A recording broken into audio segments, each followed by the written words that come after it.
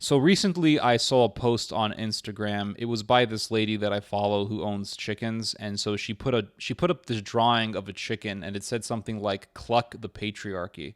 Basically, F the male dominated society. And it was, of course, a response to the overturning of Roe v. Wade, because, in the minds of these pro-abortionists, um, preventing women from preventing other humans from being born is somehow a crime against humanity, and it's a form of misogyny. And if you're against abortion, you hate women.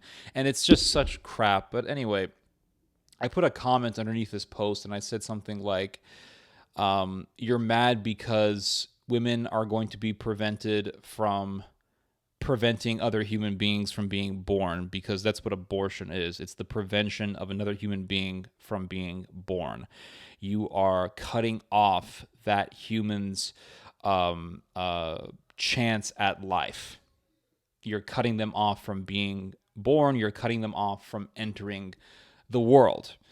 And some other lady posted a response to me, and she said something like, "When you have a uterus, come and talk to me." Or, "When you have a uterus, then we can talk," as if like you have to be a woman in order to understand why we support abortion or some crap like that. And I wrote her back and I said, "When you can admit to me that you were born or you were not prevented from being born, then we can talk about your sick desire to prevent someone from having a chance at life." I said something like that. Well, I didn't say your sick desire, but I said, we can talk about um, uh, allowing someone at having a chance at life, or not preventing someone from having a chance at life. And abortion is preventing someone from being born.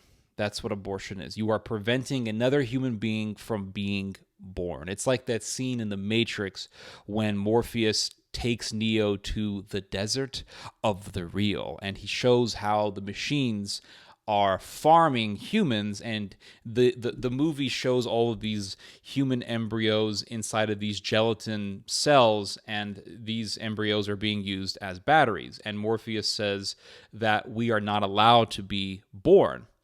And that's what abortion is. Abortion is the prevention of humans from being born. And in the Matrix, the machines use the embryos for energy. They use humans for energy. And in the abortion industry, not only are humans not allowed to be born, but unborn humans are slaughtered in the womb, and their insides are used for scientific experiments. Back in 2017, I wrote an article. I wrote several articles, actually, on the Max Planck Institute, which is probably the most prestigious scientific establishment within the EU. And I showed how scientists of the Max Planck Institute use the organs, the parts of aborted fetuses for their scientific experiments. And of course, this is fine because it's science. And I love how atheists will bash religion because, people have killed in the name of religion. But of course, they never want to mention the fact that people kill other people and use them for experiments in the name of science. But it got me thinking, this whole conversation, it got me thinking, looking at the pro-abortion cult. It made me ponder on the death penalty. Because when people defend abortion, they will say things like what that lady told me. When you have a uterus, then you can talk to me.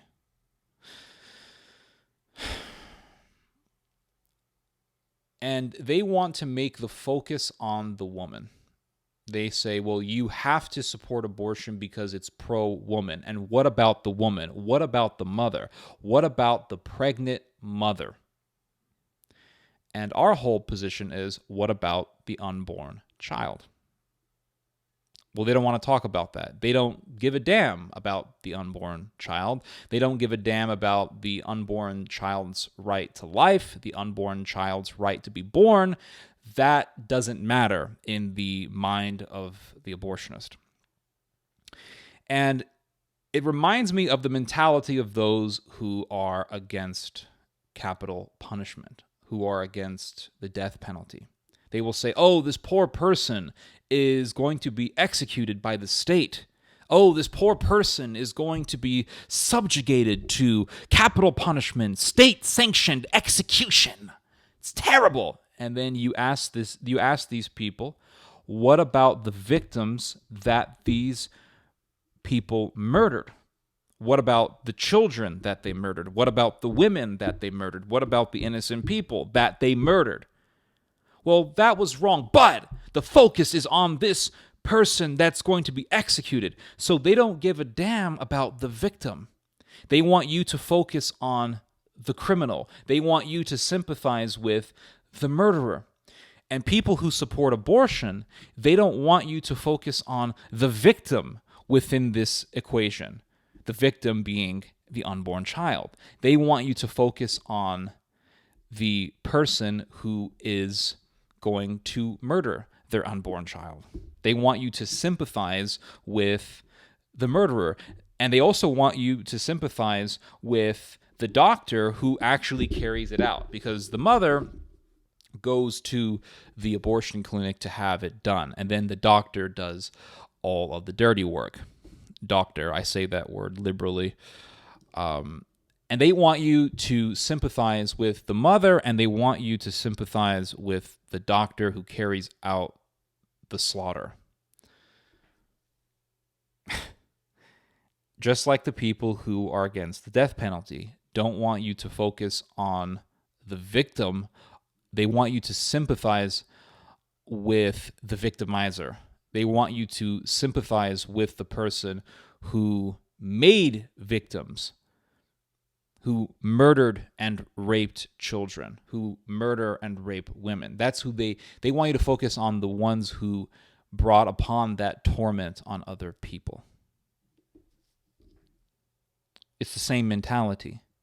And it reminds me of this whole thing with Frank Atwood. Frank Atwood, for those of you who do not know, and I've done several videos on this, but Frank Atwood was a child rapist and murderer who numerous Eastern Orthodox Christians sympathize with, because he had a conversion in the early 2000s to Eastern Orthodox Christianity, supposedly. And he claimed that he was innocent because he was found guilty for the murder of an 8-year-old girl by the name of Vicky Hoskinson. In 1984, Frank Atwood traveled from California to Arizona. The reason why he was able to travel from California to Arizona was because he was released from a crazy house for criminals.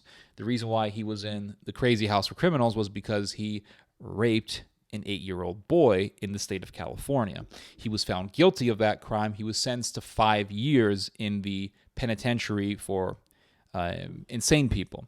He was determined not to be crazy. All of the mental health professionals who worked on Frank Atwood concluded that he wasn't crazy. He was eventually released after serving 3 years back to the street, and he traveled to the state of Arizona, where he picked his next victim, and this victim was Vicky Hoskinson. Kidnapped her and murdered her, and they later found her skeletal remains in the desert of Arizona 7 months later. And while he was in prison, he said, I've converted to Eastern Orthodoxy, and he wrote like 6 books. He got married in prison, and he ended up living in prison for about 30 years before finally being executed. And all these Eastern Orthodox Christians were saying, this man is innocent. He's a martyr. He's a monk. And they started calling him Father Anthony, which is absolutely sickening. And then after he was executed, I watched as Greek Orthodox Christians were kissing this freak's carcass and making the sign of the cross as if he was Saint Paiseos of Athos or something like that. It was so creepy and disturbing. But I did videos on Frank Atwood, why he was guilty, why he deserved capital punishment, And they were all these Eastern Orthodox Christians attacking me, saying he was innocent and blah, blah, blah, blah, blah. And there were even people who told me that even if he was found guilty, they would still defend him because they're against the death penalty. And it's like, well, excuse me, what about Vicky Hoskinson? What about, and even if you really believe in your heart of hearts that Atwood was innocent, that he never committed this crime, what about the fact that he raped a boy? Well, he did those crimes. That was the past. He had some. He lived a sinful life. No. Sorry, this is not just a sin. This is sodomizing a young boy. This is not just. Oh, it's just a sin. They don't give a shit about Vicky Hoskinson. They don't care about the victims that this monster made. They don't care about the victims that this monster tormented and murdered. They just care about the victimizer. They care about the tormentor. They care about the criminal. They care about the perpetrator. They care about the sinister. Just like all the people who support infanticide or abortion, they want you to sympathize with the mother and the abortion doctor. But they don't want you to sympathize with the actual victim here. And they want you to think that the victim is actually the woman in this whole thing. And then what they'll do is they will pick the most extreme example to justify their entire worldview. And I remember getting into a debate on this with some crazy Ukrainian lady named Alia Hercules. And I said to her, she said to me, what about the life of the mother? And I'm like, well, if we just allowed abortion for the life of the mother, right? If we just allowed abortion only in the rare case of the woman being in danger of her life if she gives birth, would you be okay with that? And she said, no, I want abortion allowed for all occasions, for all situations, for any reason, even if there is no problem, even if there is no threat or danger for the woman's life, I still want abortion to be allowed. Women should get an abortion at any time, for any reason, doesn't matter. And I said, so then why the hell did you bring up the argument of the life of the mother when you could just say that you want abortion for any reason? You want abortion for any reason whatsoever. Why do you bring up the argument of the life of the mother? Why do you bring that up? Why don't you just say that you want abortion voluntarily for any reason at all? And I forgot what she said. But the fact is that that's what these people do. They'll pick the most extreme example, but the reality is that they just use that as a way to break the ice. They use that as a way to get one foothold through the wall, because that's all it really takes. And they use these examples when the reality is that these examples that they use are really irrelevant because they believe in infanticide for any reason, for any situation. But it's all just a way, and the reason why I know the reason why that they use this life of the mother stuff is because it's just a way for you to see these women who have abortions as all victims, and it's a way to manipulate people into thinking that anyone who is anti-abortion must hate women. So yeah, people who are for abortion, they're just like the people who are against the death penalty. They want you to focus on the perpetrator. They want you to sympathize with the perpetrator, and they want you to not even pay attention to the victim. Anyway, you guys just heard some theology. God bless.